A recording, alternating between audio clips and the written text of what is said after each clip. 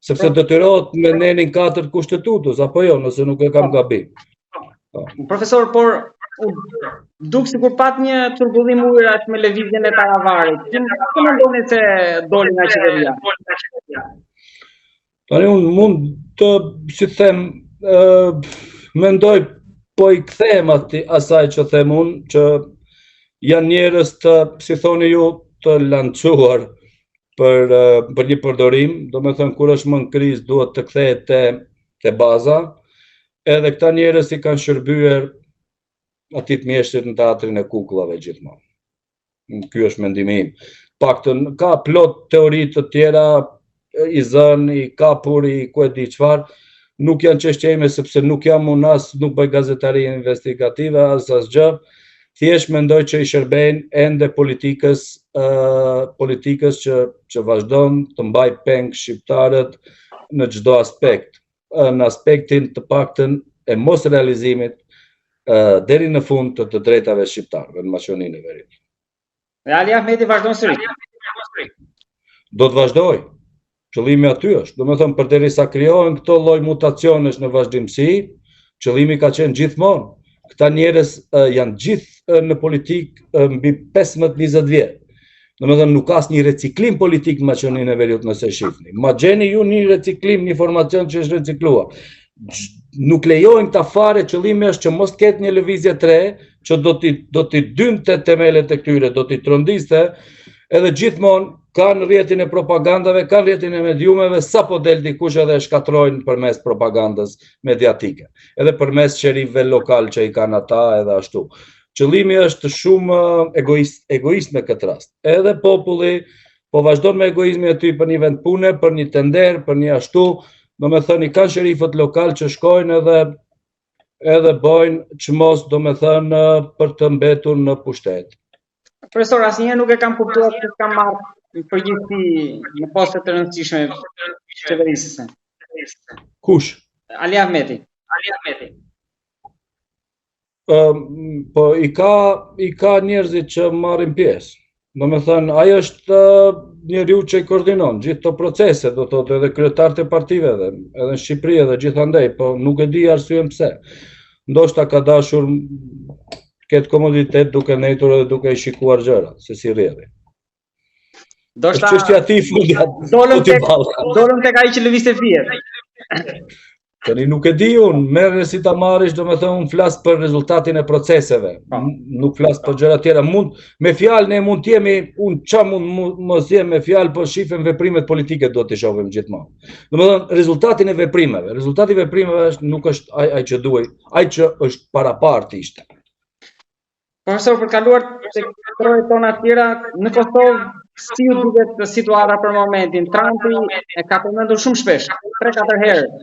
Ka në tryezë, para një muaji ankoheshim se mund ta ketë harruar, kurse tani po shqetësohemi pse na trapon kaq shpesh. Po tani sigurisht Trumpi kërkon çmim Nobel edhe do t'i jepet në vazhdimsi. Megjithatë bëj shaka. Si them unë sa herë që po vizitoj Amerikën, kam qunin këndej, ndonjëherë bëj edhe mësim kështu, që më ngjan njësoj sikur Trumpi të ketë mësuar nga politikanët tanë. Ndoshta i ka këshilltar dikën, nuk e di, po ndodh një populizëm i skajshëm që do thotë është jashtë konceptit të demokracisë amerikane. Kohëve të fundit po shoh njerëzit kanë frikë të përmendin, të flasin, domethënë janë të trembur, shumë më shumë se sa te ne. Edhe po shoh që po ndodh diçka shumë e çuditshme në një vend që demokracia duhet të ishte në piedestal. Unë e kuptoj që të paktën shiko, unë prap jam i lumtur. Thjesht kam qenë gjithmonë kundërshtar, jo kundërshtar në kuptimin më kanë futur në atë taborin e kundërshtarëve për shkak se unë kam folur për fenomene hapur. Po ja prap, po flas hapur edhe nuk i kam pasojat, nuk i kam pasur vërtet. Ndoshta pasoja minore e izolimi ose kjo ajo, po nuk kanë shkuar më tej. Domethënë këtë këndej po ndodh një çudi më e madhe se sa te ne. Vërtet njerëzit kanë filluar të mos flasin në Shtetet e Bashkuara të Amerikës, mendoj. po gjithsesi është problemi tyre, po e marr sa për ta ilustruar si shembull. Unë mendoj që Kosova do të kthehet prapë në agjendën kur do qoftë, nëse do të zgjidhen këto, do thotë ja tani në lindjen e mesme të shohim se si të shkojnë punët, por Kosova përsëri do të jetë në agjendën e Shtetit Bashkuar të Amerikës. Tani çfarë do të jetë? Do të jetë ajo ideja e shkëmbimit territorial, apo do bëhet një si them një Shqipëri në kuptimin e pak më e zgjeruar, po me disa përjashtime. Unë mendoj që Shtetet e Bashkuara të Amerikës sido që të jetë puna do ta ruajnë detin sepse ajo duhet. Edhe ne do të jemi të shkathët politikisht, do me thënë njerëz që të kemi vizione, të bashkëpunojmë ngushtë me Shtetet e Bashkuara të Amerikës, përndryshe mund të ketë e gjitha kjo, do me thënë këto lëvizje që po ndodhen, shikoje do thotë në rajone dhe më gjerë, do me thënë mund t'jenë edhe shkatrimtare për ne si shqiptar. Keni fjalën për ndarje territore, për rishikim. Po unë mendoj që do të ketë një reformatim gjithsesi, sepse nuk shkon gjithmonë me këto probleme, zoti Balla. Ne përballemi gjithmonë me këto probleme, unë prej fëmijë mbaj mend njëta gjëra. Krijimi ndoshta i shtetit mëdha do ta zgjidhte, do të ishte më afatgjat në ruajtjen e stabilitetit rajonit, ose nuk e di se si mund të jetë. Po unë mendoj që do të ketë reformatime së shpejti, 3-4 vjet, do me thënë do duhet të shikohen gjëra se si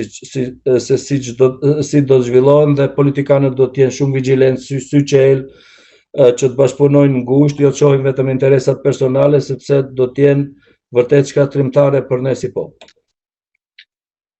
Pra profesor, ju shkoni përtej veriu kur flisni për informatim të gjerë.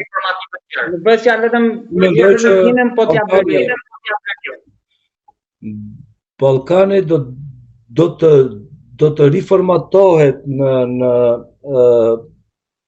në rrafshin për shkak se politikat gjeostrategjike tani po kemi ja shiko, të thotë Shtetet e Bashkuara, Rusi, Kina po vazhdojnë, mendoj në kuptimin e ristrukturimit edhe global. Do duhet të ketë një, do thotë, marrëveshje edhe për Ballkanin, sepse marrëveshja e fundit e ka qenë marrëveshja e Shën Stefanit, që është do thotë pas luftës e parë botërore, dhe nuk ka pasur marrëveshje tjetër të fuqive të mëdha për Ballkanin. Prandaj them do duhet politikanët tanë të jenë pak të shohin përtej asaj që është e përditshme, që është në agjendat e tyre të përfitimit, të shohin se si do dalim, do thotë të dalim fitimtar kombëtarisht në gjithë të lëvizje globale që po ndodhin. Profesor, për të gulmuar dhe pak te kjo se vitet ikin, ju thatë brenda 2-3 viteve, ju në mendjen tuaj soni një informativ Ballkanit brenda 2-3 viteve, çfarë shtete konceptoni që do jenë? Sepse thatë një Shqipëri pak më zgjeruar, por duke ruajtur. Tani unë nuk e di, mendoj që shqiptarët ndoshta jemi populli vetëm në Evropë dhe më gjerë që jemi pro-amerikan. Nuk ka tjetër. Do thotë një territori përbashkët shqiptar, ku ka baza amerikane, do thotë në bon stil, një ambasadë në Shkup, që është një ndër më të mëdhat në Evropë, edhe një det, siç është edhe Sazani, që tani që po është blerë, do thotë, dhe po investohet me të madhe, do me thonë do t'ishte e mirëqenë për Shtetet e Bashkuara të Amerikës që të mund të jenë më afër lindjes mesme, Rusisë, kështu me radhë, do me thënë, më shumë nuk mund të flasë se sa kaq. Por përpara kësaj duhen njerëz që flasin, duke nisur nga Prishtina që s'ka akoma qeveri. Qeveria do të bëhet, ndoshta unë kam udhëhequr një kohë, do thotë një projekt që ka bërë simbios mes universiteteve, sektorit privat dhe do thotë institucioneve shtetërore. Kam qenë Belfast, ku nuk ishte 2 vjet e catë qeveri, po më mirë funksiononte, ashtu thoshin ata populli dhe ato qeverisë. Ndoshta pa qeveri mund të funksionojë edhe më mirë edhe Kosova, nuk e di. Profesor, diçka të fundit për Tiranën. Duke parë se larg në këtë mandat të katë Tiranës, çfarë mund të bëjë më shumë? Shiko, unë e dalloj politikën e Edi Ramës. Do me thënë e kemi diskutuar edhe bashkë edhe privatisht, ndoshta populli atje nuk pajtohet, po Edi Rama në krahasim me këta tjerit ka punuar shumë më shumë, sidomos unë të them drejtën, nuk e di në atë rrafshin e politikave gjera, ka edhe gjëra të mira, po edhe gjëra që ose ndoshta, po nuk është për mua është politikan i suksesshëm. Po ndërton Shqipërinë sa herë që vi po habitem, do me thënë ja po lidh gjithat po hap aeroport, sepse unë them Skënderbeu kohërave moderne është ai që hap rrugë, ai që krijon mirëqenie, ai që krijon sistem mirëqen arsimore, tazëm shëndetësore kështu me radhë.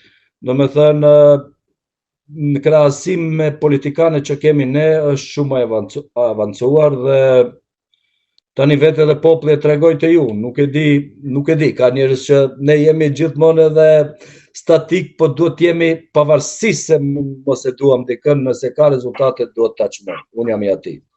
Do me thënë, Rama po luan një rol kyç, ka mbështetje sa e shofun ndërkombëtarisht dhe nuk e di, nëse me politikan si Sali Berisha do të jetë Rama edhe 20 vjet. Do me thënë, përderisa nuk ka një strukturë të re politike edhe në Shqipëri. Do thotë nëse nuk krijohet. Unë nuk them se është më i miri, po për momentin është më i miri po del. Nëse nuk vjen dikush më i mirë. Shkojmë pa mbyllim me shprehjen e Mourinho's atëherë. Profesor, falenderoj shumë për bisedën, më shumë kënaqësi. Jam mirënjohës për kohën dhe për analizën. Gjithmonë shumë faleminderit shumë edhe juve. Në mënyrë të drejtë për drejtë. Ju faleminderit edhe suksese edhe juve si medium, edhe shihemi me raste të tjera. Me shumë kënaqësi.